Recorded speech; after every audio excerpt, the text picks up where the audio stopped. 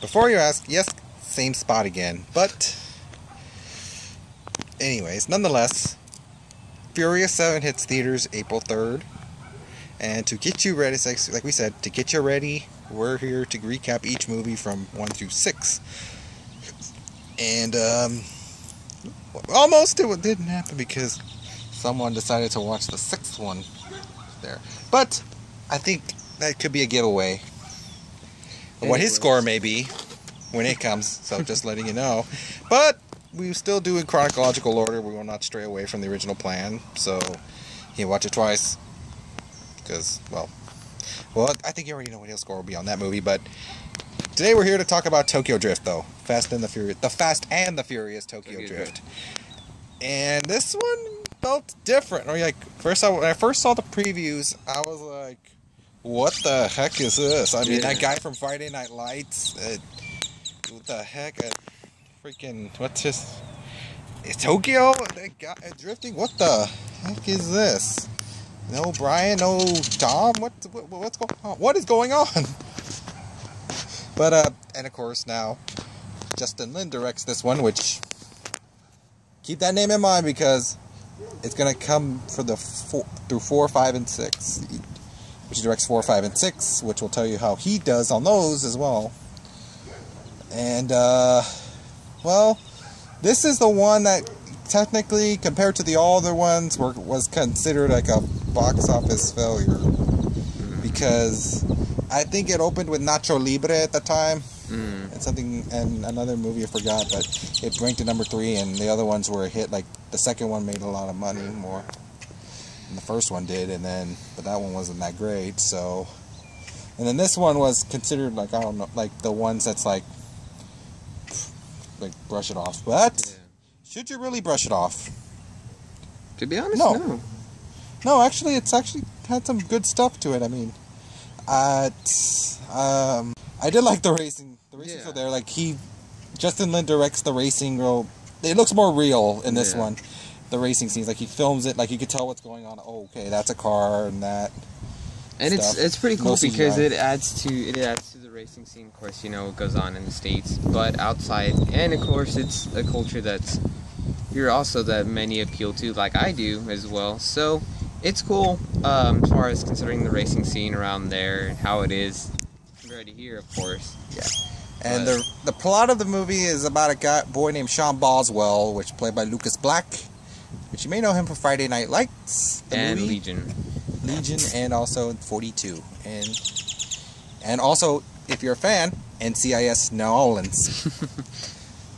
And he causes trouble over racing a rich kid, and then he has to move to Tokyo. His mom sends him to Tokyo to live with his father to keep him out of trouble. But then he discovers like this underground racing circuit that's known for drifting, and goes up against DK, who's known as stands for Drift King, but his real name's Takashi. And things get crazy as Han, which you'll see in 4, 5, and 6, which we'll get into that more him in a bit. Takes him under his wing to drift, teach Sean how to drift, and then also things get a little more stickier as Sean falls for Neela, Takashi's squeeze, and it gets a little crazy, and it's a bunch of stuff that happens in this one. But overall, I mean, it's nothing against. I have nothing against Lucas Black. I'm sure he's a great guy, but for some reason his attitude was kind of but it's fine. He did well, and I liked his chemistry with Bow Wow. Like they were well together. I mean, it's pretty funny. Like I'm not actually say. No, you cannot. That's your third set, man. I ain't gonna give you another set. It's crazy, and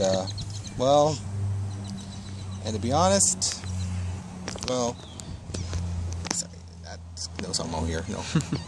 But any major complaints I may have had with it? It kind of does stray away almost at times, and I was like, what is this? The racing, I get back to the racing, like some of the romance scenes can be a little, but that's just me. I mean, it just so was the drifting, which was really cool. That final race I thought was pretty fun, and There's a little cameo at the end for y'all, which you definitely need to see it. And we'll talk about how this ties into all the other movies, and especially. And you'll find out. You'll find out towards once we review the 6th one, and I'm sure y'all have seen it. You'll understand. And it's crazy because seeing these as far as the 2 after the first one, I was thinking, well, why is it a different cast set and then like now, now it makes sense. Yeah. But you'll understand when it leads up to it. You're like, oh, okay.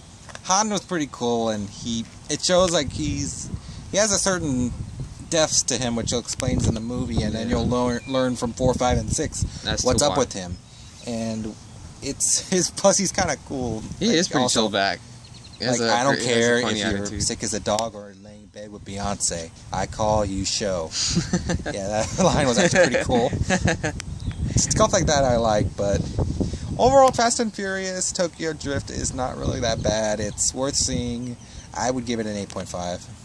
Yeah, I'd have to give it an 8.5. It's really good. I mean, if you're into that, I would say watch it, definitely. For sure, you'll skip like it. Trust me, you'll know as soon as like these all comes together. You'll see later on how it all ties in. But yeah, that was the review of Tokyo Drift. There's not much to say about that one. I don't want to spoil it too much, but yeah, and we'll be reviewing Grand Theft Auto Heists coming out March 10th. To all consoles. To all consoles, hopefully. Hopefully that'll be good, and we'll definitely be reviewing that because that was supposed to come out way before. But Rockstar, I understand you want to make it good, so as long as it's working, we're all good.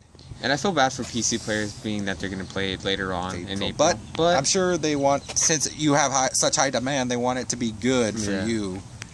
But it happens in the specs and all that other stuff. I won't get too into that. And then Battlefield Hardline, which we're really excited for, and hopefully it's not broken on release.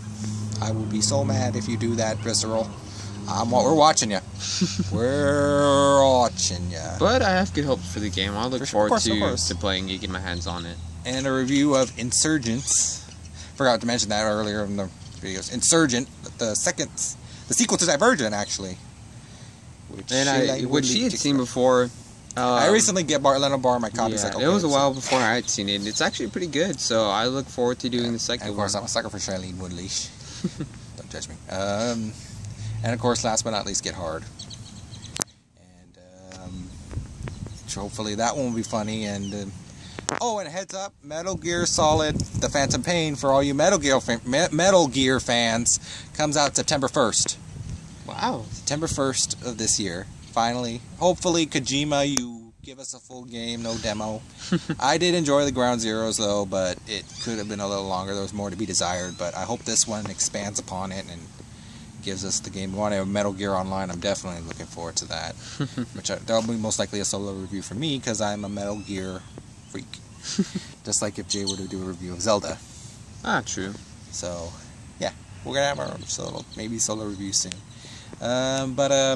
Yeah, that's all. If you like what you see, click the like button and conquer all noobs. Conquer all noobs.